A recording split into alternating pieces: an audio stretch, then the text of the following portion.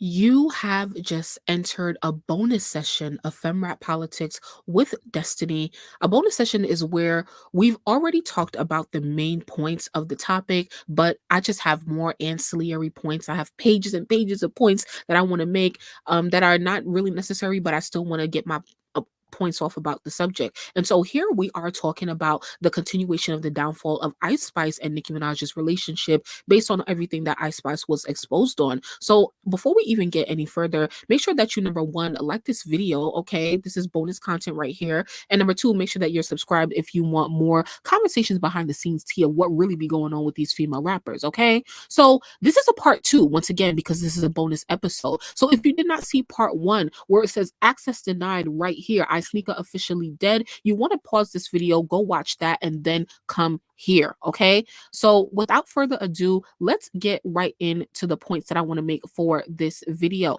So okay, so IceNika aftermath. So in my previous live that if you came through, you probably heard me talk about like if Ice Spice and Nicki Minaj both use each other to get back at Lotto, then they both plotted on each other, right? So moving on from that, Nicki in the text messages when it came to Ice Spice said like, you know, Ice was saying that Nicki said like, oh, I never questioned things when I signed to Wayne, like, you know, I basically just trusted him and I just like you trusted that the loyalty would work out or whatever. But my thing is, my point here is, well, if you don't question things, Nicki, how would you have a favorable deal? If you own your masters and you have this great deal that you always talk about with Young Money, Republic and stuff like that, then you can't get that deal by not asking questions and being oblivious as to what's going on. So yeah, and then my other point, if yeah, I'm not even gonna get into that right now because I'm not about to clock Nicki in this video. Now, another point that I want to make about the relationship between Ice and Nicki, especially the business one in negotiating, because Nicki likes to talk directly to the artist, whereas some artists like to do their business negotiating with their representatives, their management, and their lawyer. But here we have an imbalance of power. So Nicki Minaj is Nicki Minaj. Ice Spice is Ice Spice. Even though I'm lit already, it is intimidating to be in a room alone with Nicki Minaj or to talk to her on the phone in specific regards to business terms. That could be intimidating, especially if you're really new to the game. She's doing business on a whole nother level that you are currently. So I can understand Ice's intimidation or her apprehension to, you know, talk to her or to let her know her why she was apprehensive of signing with her. But once again, as an adult, as a businesswoman, Ice could have brought that up in a conversation with Nicki as well. So my other question was to Nicki is, was the tour a part of the deal? It's been rumored that Ice Spice is who Nicki Minaj wanted to open up for her on her Pink Friday 2 Gag City World Tour. That has not happened. And I'm just wondering, was Ice Spice a part of the deal? Because it wasn't until after, understand the timeline, it wasn't until after Nicki Minaj's last album, Pink Friday 2, was already out, is that when she made it clear to us that that someone told an artist that she wanted to come on the tour to not do it. We did not find out that until after December 2023. The tour started in March 2024. So I'm just wondering, will all this stuff happening with Ice Spice? Barbie World was shot in July or June or May 2023. This happened in I forgot. But yeah, a lot of months apart. So I'm just wondering, like, did you pursue that after you found out that Ice didn't want to sign or that she did want to sign? Like, speaking of a timeline, I want to show you this important timeline. So this account said the deal talks happened before May 23rd, 2023. Or sorry, just May 2023. Messages show that Ice was talking about Nicki 5/20/2023. According to the text messages, May 20th, 2023. She ghosted the deal shortly after. Barbie World was released July 23rd, 2023. I think it was June because by July this time the Barbie movie was out. Anyway, Nicki reposted this on 7/24/2023. So I could be wrong about the date, but Nicki reposted this the day after Barbie World was released at Capitol Records. Question mark, exclamation mark, exclamation mark, exclamation mark. So why is Nicki saying this? But yeah, so this is an alleged timeline of the relationship of the business talks, you know, between Ice Spice and Nicki Minaj. So, since it's been rumored that there was a blow up like on the set of the music video, did their relationship end after Barbie World was released, or did they try to rekindle or whatever? Because I noticed that during Barbie World, Ice Spice did not do a whole lot to promote the song. Nicki is amazing with promoting music. She did it on her AMP show. She'll go live and talk to the fans about it. And Ice Spice did hardly nothing until she got called out by a couple of popular barbs, and then she started to help a little bit. But Ice Spice, she doesn't really promote her own music a lot either. So I just didn't know like what to expect from her. But I also clocked that Ice Spice never really came on Queen Radio when it was on AMP, which was at the same time that Ice Spice and Nicki had their relationship. She probably called in once, but she was never a guest on the show for real for me.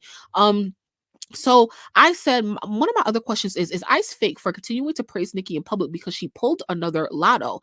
Is this situation worse than Lotto because she ended up coming out saying the same thing that Lotto did? So in the text message, Ice was telling her friend like, "Yo, I gotta love her from afar for my mental health," which was the same thing that Lotto said about Nicki. "Yo, I gotta love you from afar because it's too much drama, in the public or whatever." So I just find it very interesting, and I find it very unfortunate because if it's true that um Ice, tried to get close to Nicki to spite Lotto or have that in their feud as a part of their feud. And Ice came out, having issues with Nicki, and on the other side, coming out saying the same thing that Lotto said, my op said. That's embarrassing. Cardi and Lotto over there is laughing right now. Nicki's side taking another L. Was it worth it? Dummy, I ain't mind a bit. I thought she was a mastermind and allegedly started this beef with Lotto to make it seem like she's loyal to Nicki. That means she'd been plotting. Ice and Nicki were plotting on each other, which is why they have two collaborations. Nobody could tell me differently. Okay, because come on. So I wonder if did Ice not show up to this year's Met, to the 2024 Met? She did not go to the Met. Did you guys notice? I did. I didn't really think she was going to be there though. Do you think she didn't go because she like Nicki was going, Cardi was going? It would have been a lot. It was Nicki, Cardi, Doja there. Not sure. Um,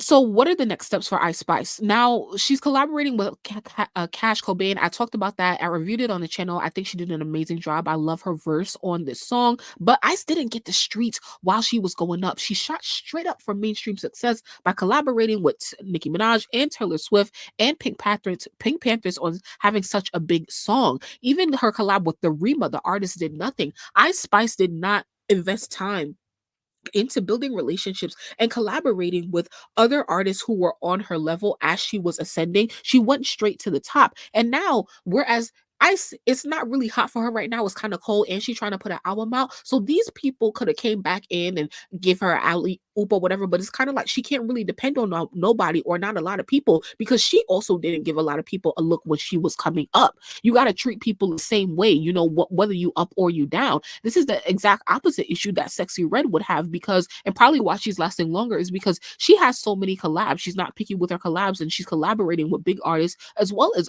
artists who are on her level. So it gives definitely gives very much like, I'm here with you guys, we on the same level.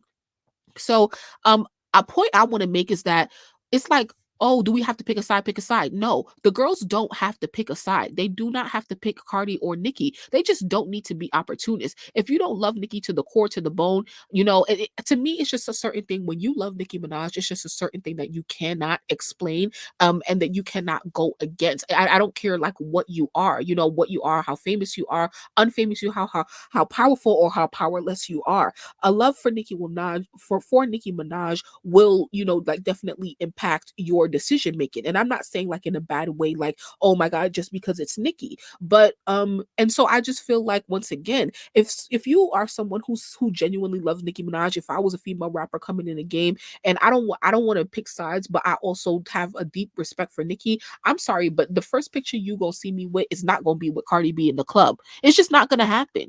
And so but yeah, respect to both. Once again, I want to point out that it's definitely given Ice Spice management is scrambling to get next to anyone. And this, once again, breaking the facade that we knew about Ice Spice to be so humble and like, calm or whatever. But it's like they're really scrambling behind the scenes because when you think about it, once again, Ice Spice shot up into ascension by leeching on to the most famous people.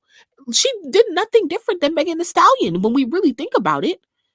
So, another point I have for Nikki, and probably like my last point about this, is that Nikki, you can't expect people, and I think I said this already, to not question you, especially when you own your masters and you are the boss of the career and how you move. And when you get, especially when you get with the artist like a Ice or a JT, who kind of already has a name, already has a deal, already has motion, because they are going to have some leverage or stipulations on what they can and can't do and what they can and can't accept, especially if they are wrapped up in other contracts, you know? So I just want to know more about what Nikki expected business wise from them, and how JT and Ice Spice are already wrapped up in their contracts, and how that contrasts with what Nikki was trying to offer. Okay. But also I think I made this point already, but I want to make it clear that Ice Spice, your facade has been broken. We now know who you really feel, how you really feel about yourself, how you really feel about everyone else. And you don't gotta address this, but I do feel like in the interviews when Ice Spice goes to promote her album, she don't have to address these situations head on and like specifically, but just saying statements about how like trusting people when you're getting famous, and like, you know, getting your circle getting smaller, because that's the whole lesson we had to learn here from her relationship with Baby Stormy. So